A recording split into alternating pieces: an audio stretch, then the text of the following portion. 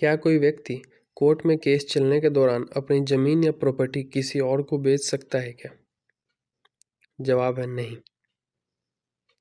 आज हम समझेंगे ट्रांसफर ऑफ प्रॉपर्टी एक्ट की धारा 52, जिसे लीज पेंडेंस यानी कोर्ट में मुकदमा लंबित रहने पर प्रॉपर्टी ट्रांसफर की पाबंदी भी कहा जाता है।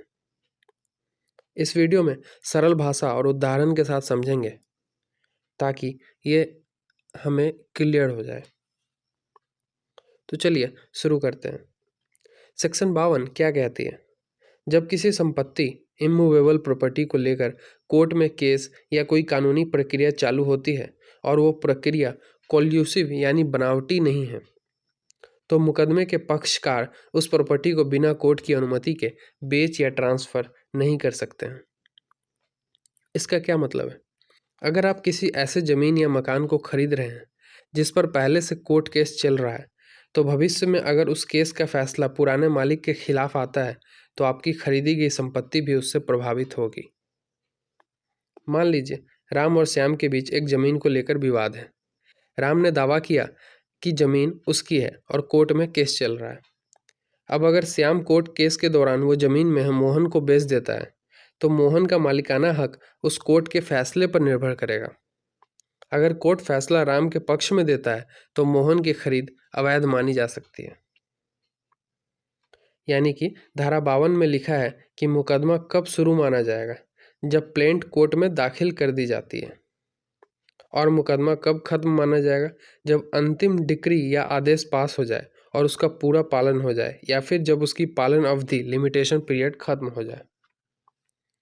यह धारा कोर्ट की प्रक्रिया को सम्मान देती है, प्रॉपर्टी विवादों में न्याय सुनिश्चित करती है और पक्षकारों को प्रॉपर्टी की बिक्री से कोर्ट को छलने से रोकती है। इसे डॉक्ट्राइन ऑफ लीज पेंडेंस भी कहा जाता है। लीज मतलब केस और पेंडेंस मतलब लंबित, पेंडिंग, यानी जब तक केस लंबित है संपत्ति पर कोई सौदा नहीं होगा। तो अब आपको समझ में आ गया होगा कि जब कोई मुकदमा प्रॉपर्टी को लेकर चल रहा हो तो उस दौरान बिना कोर्ट की इजाज़त के प्रॉपर्टी बेचना या ट्रांसफ़र करना गैर कानूनी होता है। ऐसे सौदे रद्द शुरू में नहीं होते बल्कि भविष्य में खतरे में पड़ सकते हैं।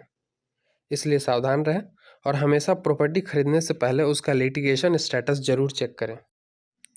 क्या कोई व्यक्ति अपने कर्जदाताओं को धोखा देने के लिए अपनी संपत्ति किसी और को ट्रांसफ़र कर सकता है क्या? क्या ऐसे ट्रांसफ़र वैध माने जाएंगे? आज हम बात करेंगे सेक्शन 53 की, धारा 53 की, जो ऐसे फ्रॉडलेंट ट्रांसफर्स को रोकने के लिए है। चलिए सरल भाषा में समझते हैं। धारा 53, इसका जो क्लॉज 1 है वो कहता है फ्रॉड टू डिफीट क्रेडिटर्स, कर्जदारों से धोखा। धारा 53 क्लॉज 1 कहती है अगर कोई व्यक्ति ट्रांसफरर अपनी प्रॉपर्टी सिर्फ इस इरादे से किसी और को ट्रांसफ़र करता है कि उसके कर्जदार अपना पैसा न वसूल सके तो ऐसा ट्रांसफ़र वाइडेबल होता है, यानी कर्जदार कोर्ट में जाकर उसे रद्द करवा सकता है। लेकिन ध्यान दें, अगर ट्रांसफ़र गुड फेथ में हुआ है, यानी नीयत सही थी और पैसा भी मिला है, कंसिडरेशन भी हुआ है, तो ऐसे ट्रांसफ़र पर कोई असर नहीं पड़ेगा। यह कानूनन इंसॉल्वेंसी लॉज को प्रभावित नहीं करता है, यानी दिवालिया कानून अलग है। अब जैसे एग्जाम्पल से समझते हैं। राम पर 10 लाख का कर्ज है। उसे डर है कि कर्जदार उसके खिलाफ कोर्ट में जाकर जमीन जब्त करवा लेंगे, इसलिए वो अपनी जमीन अपने दोस्त श्याम के नाम कर देता है बिना किसी असली सौदे के, ताकि कर्ज से बच सके। ये एक फ्रॉडलेंट ट्रांसफ़र है और कर्जदार इसे कोर्ट में चैलेंज कर सकते हैं। कोर्ट में यह साबित किया जा सकता है कि ट्रांसफ़र सिर्फ कर्ज से बचने के लिए किया गया था। अब बात आती है कि who can file the suit. ऐसा मुकदमा कर्जदार या फिर डिक्री होल्डर भी दायर कर सकता है, चाहे उसने डिक्री की एग्जीक्यूशन शुरू की हो या नहीं। मुकदमा सभी कर्जदारों के फायदे के लिए दायर किया जाता है। चलिए इसके क्लॉज 2 को देखते हैं। Fraud on A subsequent transferee, बाद के खरीदार से धोखा। अगर कोई व्यक्ति बिना पैसे लिए विदाउट कंसिडरेशन अपनी संपत्ति किसी को ट्रांसफ़र कर देता है और उसका मकसद बाद में होने वाले खरीदार को धोखा देना है, तो बाद वाला खरीदार उस ट्रांसफ़र को रद्द करवा सकता है। जैसे एग्जाम्पल, रवि ने अपनी ज़मीन अपने भाई को गिफ्ट कर दी बिना कंसिडरेशन के। कुछ दिनों बाद उसने वह जमीन किसी और को बेच दी और पैसा ले लिया। बाद वाला खरीदार जब जमीन पर कब्जा लेने गया तो उसे पता चला कि वह पहले ही गिफ्ट हो चुकी है। अब ये बाद वाला खरीदार कह सकता है कि पहला ट्रांसफर धोखे से किया गया था ताकि उसे फंसाया जा सके। वो कोर्ट जाकर पहले ट्रांसफर को रद्द करवा सकता है। इसमें जो लीगल पॉइंट है वो क्या है? सिर्फ ये तथ्य कि पहले ट्रांसफर बिना पैसे के और दूसरा पैसा लेकर हुआ, इसका मतलब ये नहीं कि पहला ट्रांसफर धोखे से किया गया था। धोखे की नीयत साबित करनी होगी। ये धारा संपत्ति के दुरुपयोग को रोकती है, कर्जदारों के अधिकारों की रक्षा करती है और खरीदारों को धोखाधड़ी से बचाने के लिए प्रभावी साधन देती है। इसे हम डॉक्ट्राइन ऑफ फ्रॉडलेंट ट्रांसफर कहते हैं, जो न्याय के सिद्धांत पर आधारित है। कोई भी व्यक्ति कानून का दुरुपयोग करके दूसरों को नुकसान नहीं पहुंचा सकता।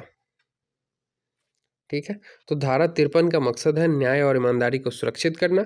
ऐसे ट्रांसफर से सतर्क रहें और प्रॉपर्टी खरीदते समय पूरा रिकॉर्ड जांचें। क्या बिना रजिस्ट्री के जमीन पर कब्जा करना वैध हो सकता है? क्या सिर्फ एग्रीमेंट और कब्जा होने से मालिकाना हक मिल सकता है क्या? आज हम बात करेंगे धारा 53A doctrine of part performance की, जो एक खरीदार को न्यायिक सुरक्षा देता है भले ही ट्रांसफर कानूनी तरीके से पूरा न हुआ हो। चलिए सरल भाषा में समझते हैं इस महत्वपूर्ण प्रावधान को।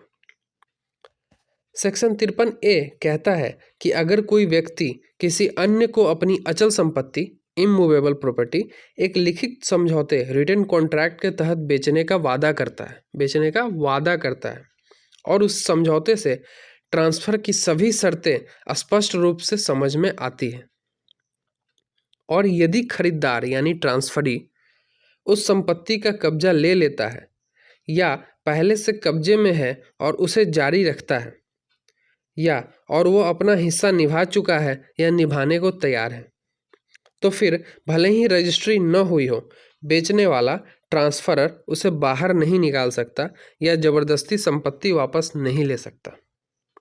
आइए इसे एक उदाहरण से समझते हैं। रवि ने मोहन को एक जमीन बेचने का समझौता किया और मोहन ने उसे कुछ रकम दे दी। रजिस्ट्री अभी नहीं हुई थी, लेकिन मोहन को जमीन पर कब्जा दे दिया गया। मोहन ने उस जमीन पर बाउंड्री बना दी और खेती शुरू कर दी।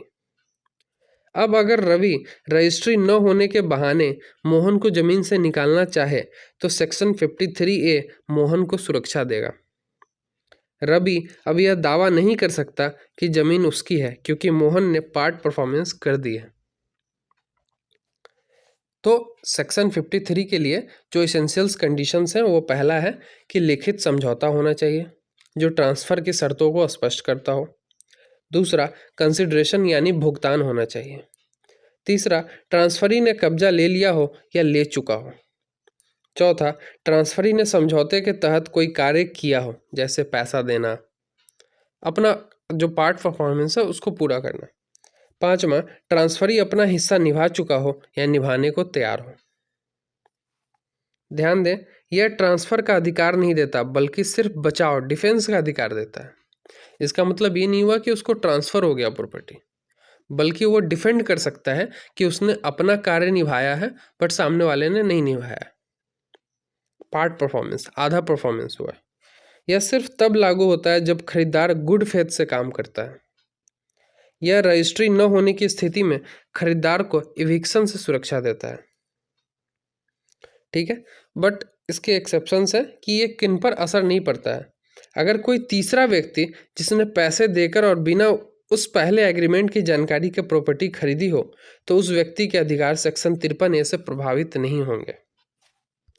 ठीक है, इसका जो लीगल डॉक्ट्राइन है वो यही है, डॉक्ट्राइन ऑफ पार्ट परफॉर्मेंस। इसका मतलब अगर किसी ने समझौते के तहत अपना हिस्सा निभा दिया है तो दूसरा पक्ष अपने वादे से पीछे नहीं हट सकता, सिर्फ इस आधार पर कि फॉर्मल रजिस्ट्री नहीं हुई।